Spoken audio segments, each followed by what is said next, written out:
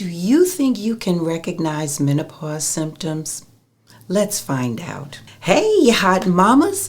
I'm Betty and I create content around menopause that will educate pre, peri, and postmenopausal women on how to live more vibrantly through better applications of my 3 keys of mindset, meals, and movement. By now, you've probably heard about the 7 witches of menopause: itchy, bitchy, sweaty, sleepy, bloated, forgetful, and psycho. But there are over 40 symptoms associated with menopause, and it can be a challenge trying to discern which of those are caused by menopause and which may be a sign of something more serious, or it can be a sign of just the aging process. Many of the symptoms of menopause overlap with other diseases, so it's best to get checked with your doctor to rule out any major issues before you start thinking, oh, it's just menopause. I periodically get my numbers checked just in case, because just like our hormones fluctuate, so do our biometric numbers. And I've been poked and prodded and scanned post-menopause than any other time in my life. And I feel good about myself now because I know that whatever I'm experiencing, it's probably menopause. In my personal experience, I can identify 25 signs over the course of almost 30 years. Yep, I've been on this journey for a long time. And during that time, I've learned some things. So today's video is about what menopause may look like. I say may because everyone's experience is going to be different.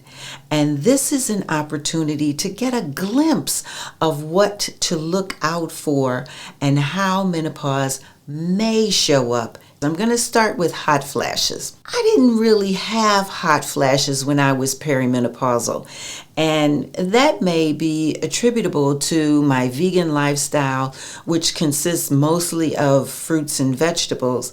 I do experience them, a few of them now, but they're mild in comparison to the typical flash that most people feel, that where it feels like your insides are on fire. So on the other hand, night sweats, holy moly, that's a completely different experience.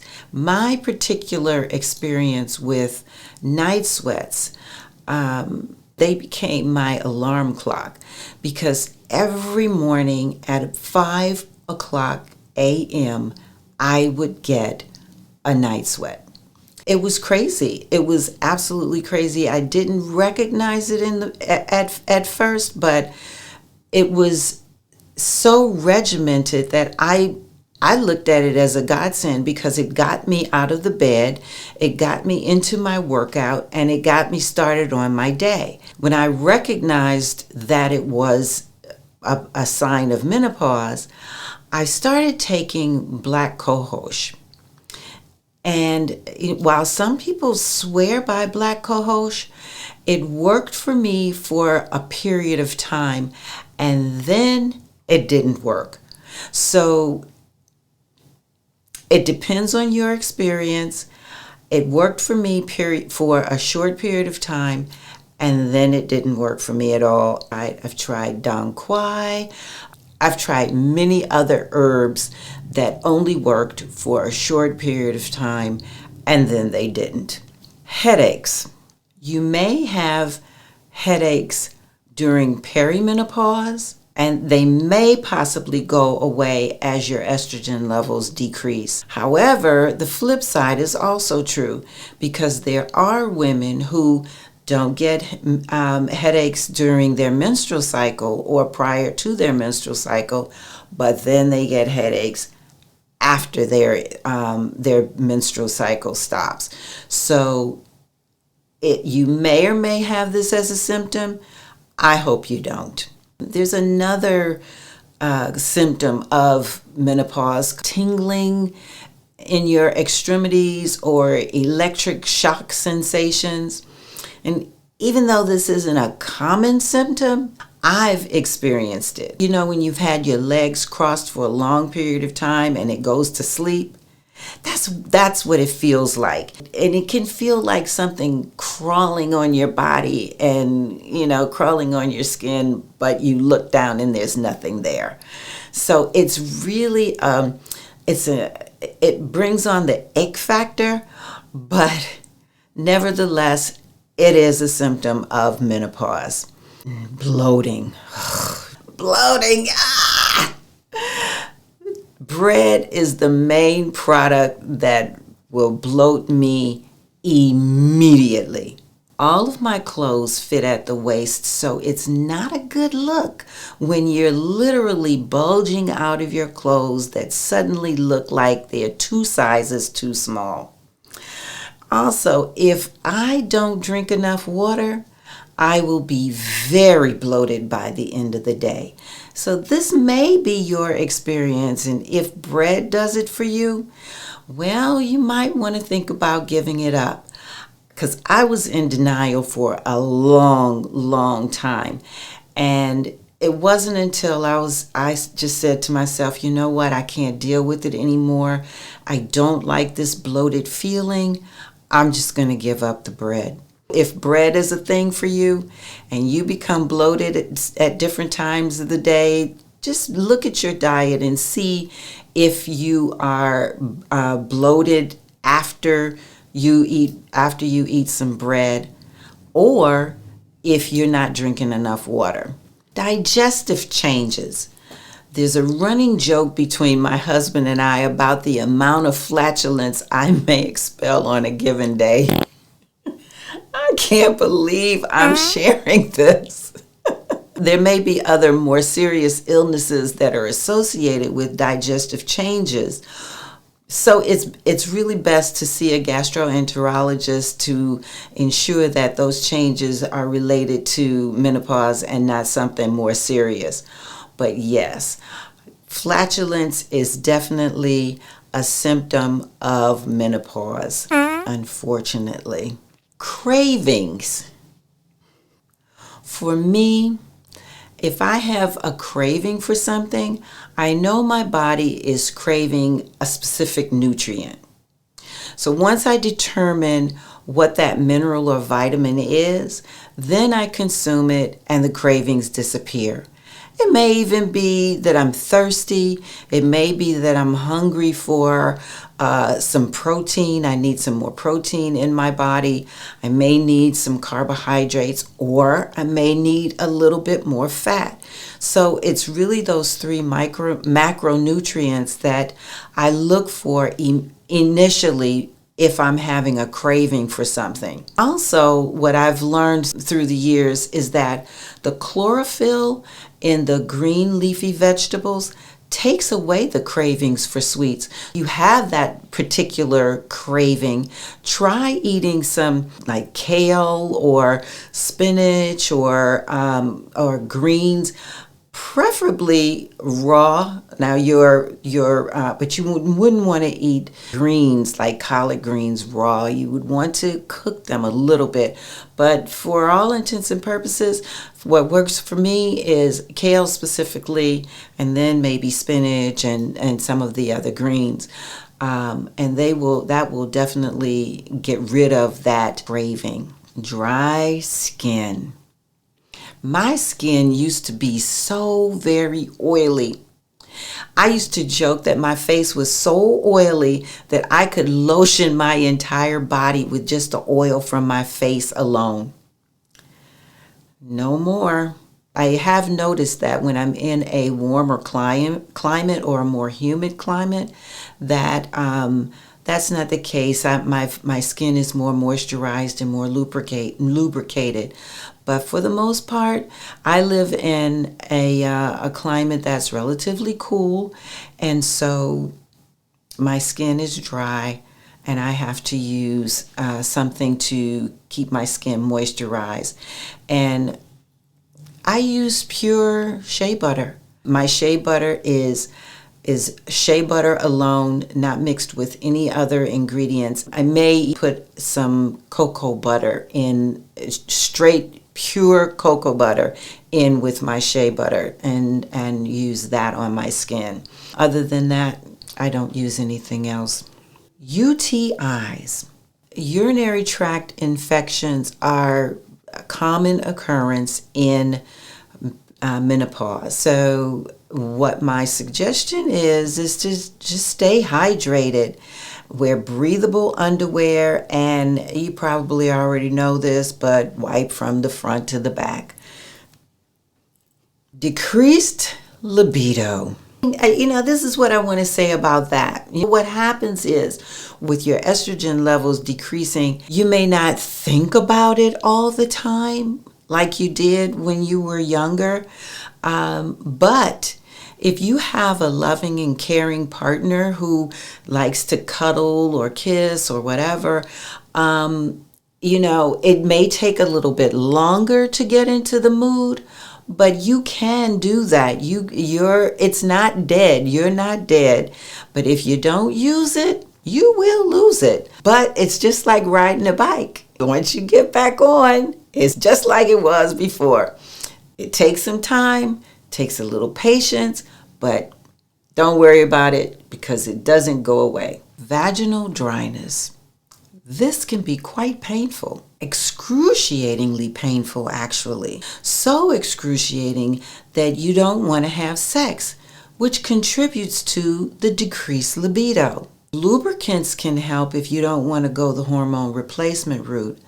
But then there's also the estradiol creams, which it helps with the thinning of the vaginal walls, and that is very helpful as well. Now, if your partner doesn't understand your pain, let your partner know that it hurts and ask him to give you some patience in terms of giving you a little more time or longer period of time if needed in order to get aroused before penetration. But you will definitely need some help in the form of either the estradiol or the lubricants that assist with making that penetration a lot easier. Thinning hair. You may think, what is she talking about? Her hair doesn't look thin at all. And while my hair technically is down to my knees or a little past my knees at this point, and I keep it up in styles that are, up on my head, it still continues to grow. However, it is getting a little thinner. Now, my daughter says I should cut it. I don't really want to. What do you think? I don't know. Anyway, your hair does get thinner as your estrogen levels go down for some women, and it may not be that way for you, which is a blessing. Weight gain. Oh, the dreaded weight gain. I am here to tell you that if you don't use these two things in combination, you are going to gain weight. Exercise and watching your nutrition.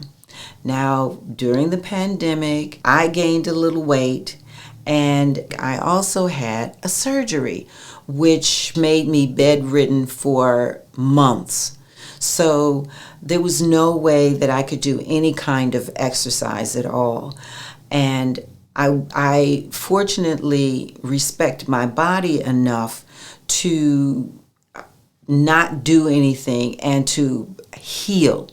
So I wasn't trying to force myself to do any kind of exercise to possibly make my recovery even longer. I just rested. And it was the best thing that I could do.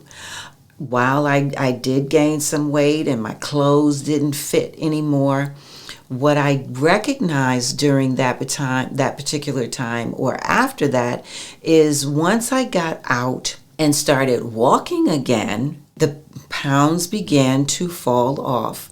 And then I started working on building more muscle, building up more muscle. And yes, we do lose muscle during menopause, or as we age, really, because it's not about menopause. It's just a natural occurrence with aging. We do lose weight. This happens for men and women. But if you're engaging in some kind of physical activity, and specifically a weight-bearing exercise, then you can retain some weight, and your muscle has memory if you were doing some kind of exercise prior. Exercise and nutrition go hand in hand. As a personal trainer, as a health coach with an emphasis in nutrition, I do now know that it takes both of those in concert in order to remain in an optimal health. When I was a personal trainer, prior to health coaching, I thought that exercise was the only key to maintaining your optimal weight. When I became a health coach focused on nutrition, then I realized that, wait a minute, it's not just exercise and it's not just nutrition. It is a combination of the two. Now, when you're postmenopausal, then it becomes a little tricky, because too much exercise or too much cardio can be just as detrimental as not doing anything at all. So when you are postmenopausal, HIIT workouts or high intensity interval training is the best, along with weight training. So what that may look like in terms of your weight maintenance or even weight loss, you may do a high intensity interval training maybe twice out of the week or 3 times out of the week, and then you do weight training twice a week. And then depending upon how much weight you want to lose, you want to add some additional cardio in there. And my cardio of choice is race walking or walking. And so I have other videos that I will talk about with regard to getting the specifics of those types of programs. But for the most part, for this particular video, it's doing some kind of weight training, some kind of cardio, and also watching how you eat and how much you eat. Dizzy spells. Yes, I got them. There were times when if I bend over, I'm tying my shoes, and then get up, I may get dizzy. Or, if I'm walking, sometimes I may just get a dizzy spell. It's really weird. It's not anything that happens on a regular basis, but it happens periodically. And what I do is something called the Epley maneuver. And these exercises assist the body. It's really about the crystals in your ears that become dislodged, and you need to perform this Epley maneuver in order to get those crystals back into where they're supposed to be in your ears. And so there are many videos on how to perform the Epley maneuver, and it really does work if you have a dizzy spell that is persistent. Dry eyes. And when I was in my 40s, I'd be in a conversation with, my manager, or, so I'm in a professional environment, and all of a sudden my eyes would just start tearing. I'd be crying. It looked like I was crying, and it was so embarrassing. And so I shared this with one of my managers, and fortunately for me, this particular manager's husband's family were ophthalmologists, and their particular business was that they made fake eyeballs. Okay, so the prosthetic eyeballs, and their client was the prison system, which is kind of weird, but just think about it. They would provide eyeballs, prosthetic eyeballs for the prisoners in the jails who lost their eyes in some way.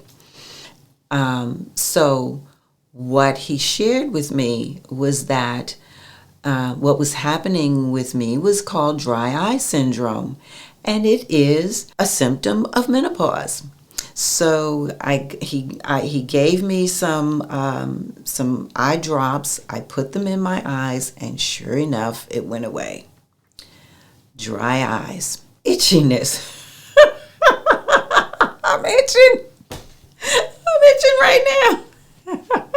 These appear out of nowhere in the very weird places. Like I can be itching like on the side of my butt cheek, or on the inside, or even the outside of my ankles, or my stomach may itch, or my knee. It's just weird places, like my arms, and just crazy places that start itching out of nowhere. And sometimes it's just one place locally, and then there are times when it's just all over, my itching all over. So it's it's insane. But sometimes, even if my skin is moisturized, it will still itch, which is crazy. But what I do use is vitamin E, pure vitamin E, and pure shea butter. Sometimes I mix it up, but if it's like really bothersome, I will just put the straight vitamin E. I'll take a drop of the vitamin E and put it in the area and just massage it in, and then that sensation will go away. Memory lapses. Oh my goodness. We've all heard about brain fogs. And, what can I say? Even if I'm working on a document and I use my timer to manage my time and say, okay, I'm just going to focus on this one project for this specific period of time. Well, I may forget that I have the timer on. I may even forget to turn the timer on. So I play memory games with my granddaughter. Depression for me during menopause is waking up and feeling sad for no reason. I may do a self-check. I ask myself these questions. Am I okay? Are my children okay? Do I have a roof over my head? Do I have clothes on my back? Do I have food on my table? Do I have use of my limbs? If my answer is yes to all these things, I'm good. Then I start moving, because I know that I have to do my way out of depression. And so if you are feeling these feelings of sadness or despair, go through this check, the body check, the mind check, and just, I know it's difficult to say, it's difficult to do, but, the first thing that you can do is just get out of bed. Get out of bed. And I remember when, during COVID, I was losing my relatives like weekly. And I fell into a period of deep despair. And so There were times when I really didn't want to get out of bed. I was very, very angry, but then that anger dissipated into deep hurt and deep sadness. And so I knew that I was going through the stages of grief, but it's a challenge going through that. And so I do want to share that whatever you're feeling, let somebody know. Try to talk to somebody, because it helps. It really, really does help to share how you are feeling. And like I said, just get out of the bed. If that's the only thing you can do is get out of the bed and go sit on the sofa, then do that. Do that. If that's all you can do in the day, do that. But don't, and what I absolutely want to share with you is to, if you can, just talk to somebody. Don't hold it in. Don't hold it in. Anxiety and panic attacks. Right before I was about to conduct a live interview, I had the overwhelming sensation of doom. I started shaking uncontrollably. I could feel my heart palpitating, and there was nothing going on. I was completely prepared, but I had this overwhelming sense of doom and gloom and anxiety, and it came from nowhere. So what I did finally was that my husband, God bless him, held me in his arms and had me breathe. When you are feeling these feelings of anxiety, sit somewhere and take a breath. Take some deep cleansing breaths, inhaling through the nose, holding it, and then exhaling it out with a sigh. Do that for a few times, and those feelings should dissipate. Fatigue. You can get a really good night's sleep and then wake up in the morning and feel like you've been up all night. Also, fatigue can result from the insomnia of not being able to get to sleep at night. Now, I don't have insomnia, but I do have sleep disturbances, which are the next thing. And that's waking up in the middle of the night to go to the bathroom. And, so one of the things that I do is I sleep in my husband would say it's a cold room, but I think it's cool because and cool in temperature, because it allows me to, if I have a night's sweat, it allows me to get a really good night's sleep. Now, I must say that in order to get a good night's sleep, you have to eliminate some of the triggers that may keep you up at night. And some of those triggers are like alcohol or spicy foods. That will do it for me. Bread, these types of things may keep you up or wake you up, and they may exacerbate the night sweats. So sugar is another thing. So if you are experiencing night sweats, think about what it is that you're eating. Keep a journal for a week or so and write down everything that you put in your mouth. Not just, if you have a burger, don't just say, I had a burger. What did you put on that burger? Did you put, some kind of spice on it, onions or jalapenos or, things like that. Put every condiment that you have had, that you put in your mouth, write that down, and then watch how you feel the next morning, or if you have night sweats.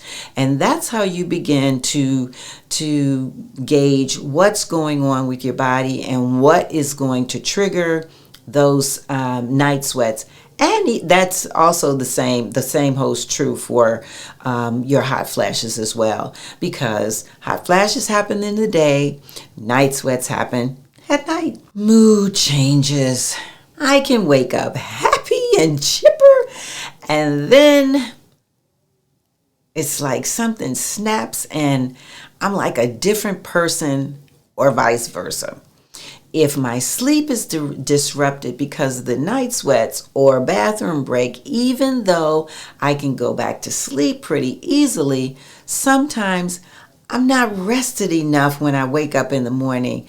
And my solution is to exercise and take naps. Now when I mention taking a nap, I'm not talking about a 2-hour nap or an hour nap or, a nap really close to my bedtime. My nap could be 10 minutes, 15 minutes, 20 minutes. You just want a nice refresher, a nice time to just lay down, close your eyes, rest for a few minutes, and then wake up refreshed. Low self-esteem. With all the symptoms of menopause, being misunderstood, hormones out of whack or diminishing, who wouldn't have a low self-esteem? My goodness, and then having people, think you're crazy, and you thinking you're crazy. I mean, it is enough to lower your self-esteem and think, have you thinking that, well, gosh, what's wrong with me? But when I began to gain weight from a lack of mobility during that pandemic and after my surgery, I did lose confidence in myself until I started moving again. And a few of the techniques that I used to rebuild my confidence was embracing my spiritual practice, exercising again, and internalizing positive affirmations. And I mean, I keep positive affirmations everywhere, because I want to maintain that high self-esteem, that high confidence, knowing that I am good, I am worthy, I am loved, and knowing that my spiritual practice is strong. And it's just, it builds my confidence in myself and helps me to know that, yes, I am enough. Difficulty concentrating. I spoke about this a little bit earlier, but I can be working on something 1 minute and then wind up going down a rabbit hole on a completely different topic. That's why I close everything out on my laptop and on my computer, and I just focus on one thing. So, was that enough for you or what? Those are the symptoms that I have gone through. You may experience one or more of these symptoms that I mentioned. You may not. And if you don't have any of these symptoms, that's great. But you're bound to have something. Because your hormones fluctuate like a roller coaster, you may experience one or more of these symptoms. But, what are your options? Well, hormone replacement may be a solution for you. That's a conversation for you to have with your a menopause specialist or your gynecologist, or your primary care physician may be able to recommend someone for you to talk to about what your options are. So, you want to have that conversation first to be completely informed by what it is that you may want to do moving forward. But what I suggest, figure it out before menopause hits. Because once you go into menopause, it's just like, oh my God, what am I going to do? You're frantic. You don't know what's happening. You may not recognize the symptoms, but hopefully with what I've shared with you and how they show up for me, you may be able to recognize these symptoms when and if they show up in your life. So keep that in mind, and you may decide that hormone replacement is not for you, and you may prefer a more natural approach, which is what I did. I'm not sure if now that things are different, I'm not sure if I may have gone another route. However, my symptoms were not necessarily so disturbing that I was unable to function. There's some women who have hot flashes so bad that it's just, they're unable to function. And so that may be a conversation that you would have with your doctor if your comfort level is such that it's unbearable. If you are considering a more natural approach, then it's vitally important to incorporate the 3 keys that I spoke about. Each key is dependent on the other 2, and they are mindset, meals, and movement. My main purpose is for you to be empowered to know exactly what to look for when you become or are approaching the age of menopause.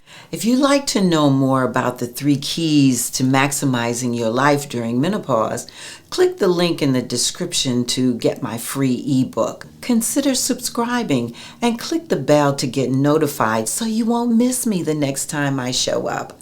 And always remember, it's your life. Live it well.